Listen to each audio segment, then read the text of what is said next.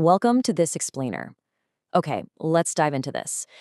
Today we're doing something a bit different. We are completely dismantling the stigma around quietness.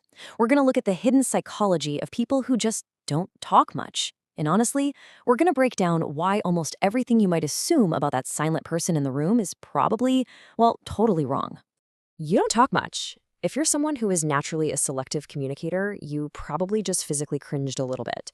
Because let's be real, you hear this all the time, right? It gets pointed out at parties, in the middle of meetings, maybe on an awkward date. It's an observation people just constantly feel the need to make. But what most people totally miss is the why. It is rarely because you can't talk or because you literally have nothing to say.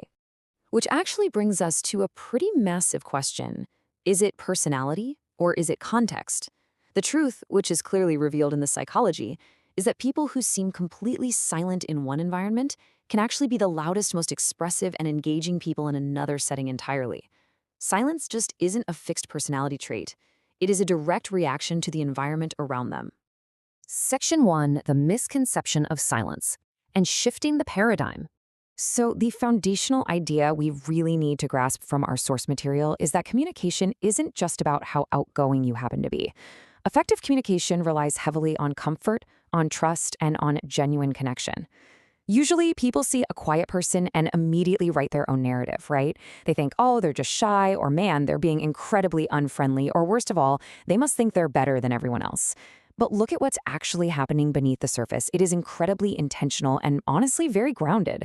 They aren't stuck in fear or ego. They're actively observing their surroundings. They're protecting their own energy and filtering the room. It's definitely not about avoiding people. It's about seeking alignment. Section 2, the vibe of the environment and exactly why they pull back.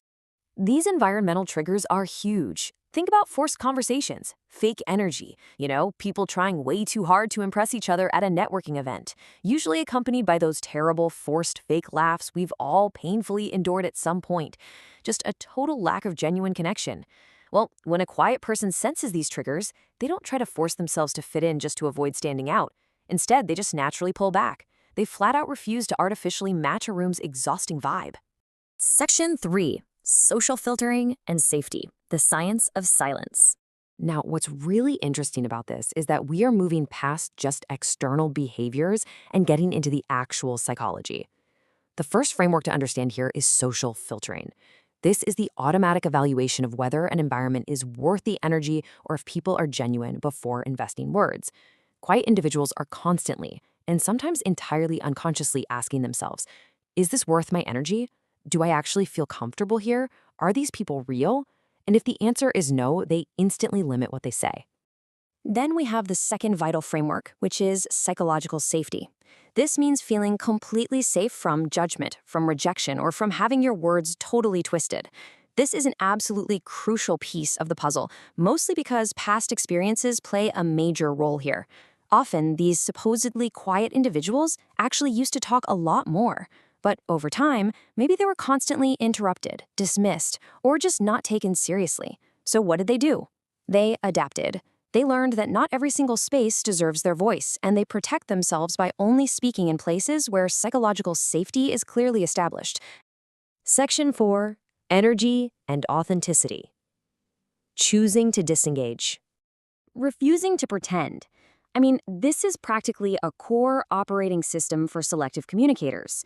They simply won't fake interest in a pointless conversation, they won't force a laugh just to be accepted into the group, and they absolutely won't act talkative if they aren't feeling comfortable. If the connection isn't genuine, their silence is going to directly and very honestly reflect that reality. Let's move on and see how this builds into an actual methodology. We can call it the observation process. Step 1, enter a new environment. Step 2, watch the social dynamics. And step 3, decide exactly how much to show, so they aren't just awkwardly freezing up in the corner. Not at all. They're actively gathering data. They're intentionally noticing how people speak, how they treat others, and how they react, all before they decide what parts of their own personality they're actually willing to reveal. Section 5. The weight of their words and what happens when they finally speak. This right here is their hidden superpower. The very first thing you need to remember is that silence for them is not awkward. It is completely normal. While everyone else in the room is panicking to fill a quiet gap in the conversation, the quiet person is totally comfortable with the pause. Why? Because they don't measure the value of a connection by how much is being said. They measure it by how real the connection actually feels. So, the crucial point is this: their silence isn't empty. It is entirely full of observation, filtering, and deep thought.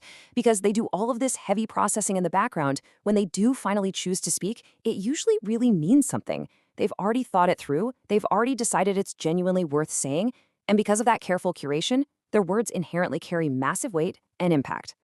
I want to end by leaving you with this incredibly powerful thought from our source material today. The wrong environment can silence even the most expressive. It really makes you shift your perspective, doesn't it? The next time you look at someone and think, wow, they really don't talk much, you might want to stop and reconsider the context. Are they actually a quiet person, or are they just in the wrong room? Thank you so much for letting me guide you through this explainer. Keep observing, keep learning, and I'll catch you next time.